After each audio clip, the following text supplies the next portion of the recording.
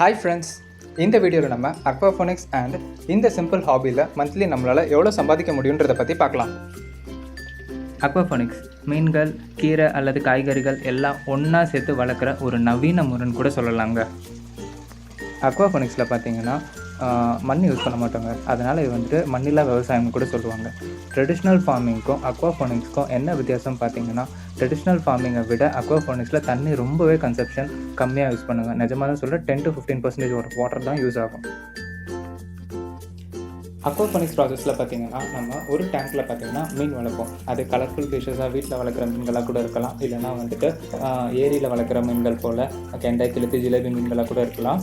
இன்னொரு டேங்க்கில் பார்த்தீங்கன்னா நம்ம செடி வச்சுருக்கோம். இந்த 2 டேங்க்கையும் லிங்க் பண்ணுற மாதிரி வாட்டர் வந்துட்டு 2 டேங்க்குக்கும் சைக்கிள் ஆகிட்டு வரும். செடிக்கு எப்படி நம்மளுக்கு வந்து உரம் ஒரு நியூட்ரியன்ஸ் கிடைக்குது அப்படின்னு பார்த்தீங்கன்னா, நம்ம வளர்க்குற மீன்களுக்கு ஃபிஷ் ஃபுட் போடுவோம் அண்ட் ஃபிஷ் வேஸ்ட் அதுலேருந்து ப்ரொடியூஸ் ஆகும். இந்த 2 fish food of fish waste, excess food, fish waste இதுலேருந்து ப்ரொடியூஸ் ஆகிறது ஒரு அமோனியா வந்துட்டு ஃபார்ம் ஆகும். இந்த செட்டப்பில் பார்த்தீங்கன்னா பயோஃபில்டர் இருக்கும். இந்த பயோஃபில்டரில் பாக்டீரியாஸ் இருக்கும். பாக்டீரியாஸ் வந்து அமோனியாவை கன்சியூம் பண்ணிக்கிட்டு செடிக்கு தேவையான நியூட்ரியன்ஸை கொடுக்கும், எஸ்பெஷலி நைட்ரேட்.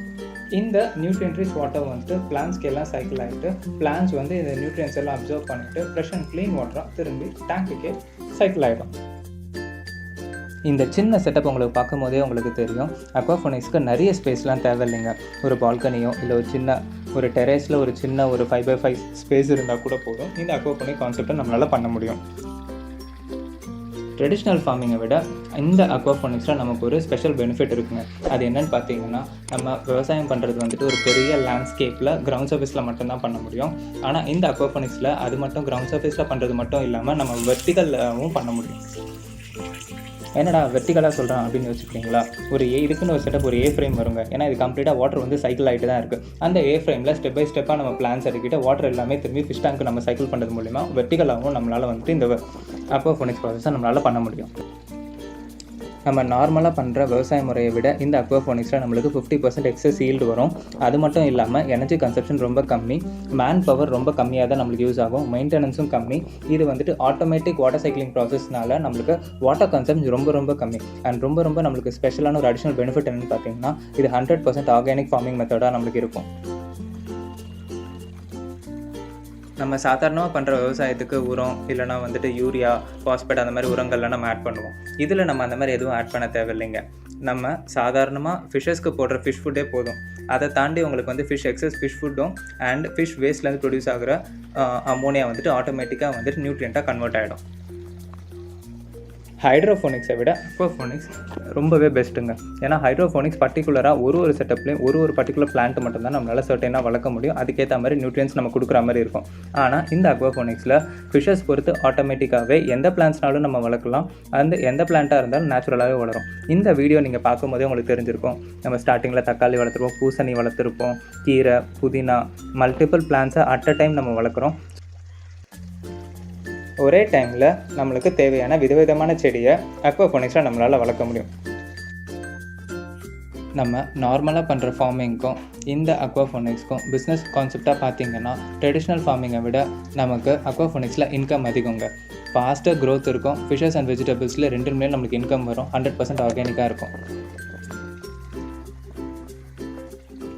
இந்த செட்டப்பில் பார்த்தீங்கன்னா நம்ம வந்துட்டு 2 விதமான கான்செப்ட் ட்ரை பண்ணியிருப்போம். ஒன்று பக்கெட் சிஸ்டம், இன்னொன்று NFT சிஸ்டம். இந்த பக்கெட் சிஸ்டமில் கூழாங்கற்கள் இல்லை லெக்கா பால்ஸை நம்ம மீடியாஸாக யூஸ் பண்ணியிருக்கோம். இதனால் நமக்கு என்ன பெனிஃபிட்னு பார்த்தீங்கன்னா, ஒரு செடியோட வேர் வந்துட்டு இந்த மீடியா பெட்டில் ஈஸியாக ஸ்ப்ரெட் ஆகும். அது மட்டும் இல்லாமல் ரூட்ஸ்க்கு நல்ல அரேஷன் கிடைக்கும்.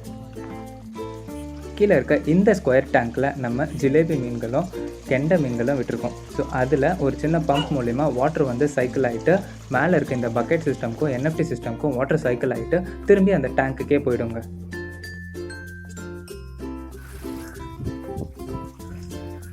இந்த அக்வாஃபோனிக்ஸ் செட்டப்போட இன்வெஸ்ட்மெண்ட்டுன்னு பார்த்தீங்கன்னா, நம்ம யூஸ் பண்ணியிருக்க இந்த square tank, paint bucket, air pump, water pump, PVC pipe fittings, LECA balls, கூழாங்கற்கள் இதெல்லாம் தான் நம்ம மேஜராக யூஸ் பண்ணியிருக்கோம். இந்த அக்வாஃபோனிக்ஸ் செட்டப்புக்கு பால்கனி அல்லது டெரேஸில் ஒரு 15 to 20 ஸ்கொயர் ஃபீட் இருந்தாலே போதும். ஒரு சின்ன செட்டப் நம்மளால் போட முடியும்.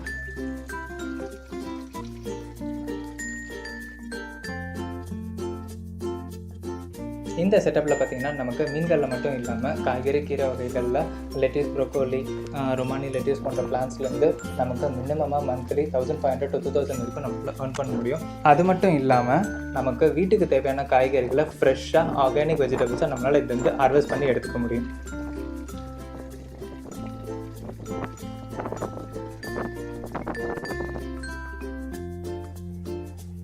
ஃப்ரெண்ட்ஸ், இந்த வீடியோ உங்களுக்கு பிடிச்சிருந்தா லைக் பண்ணுங்கள், ஷேர் பண்ணுங்கள். இது வரைக்கும் நம்ம சேனலுக்கு சப்ஸ்கிரைப் பண்ணலாம். மறக்காமல் நம்ம சேனலுக்கு சப்ஸ்கிரைப் பண்ணி சப்போர்ட் பண்ணுங்கள்.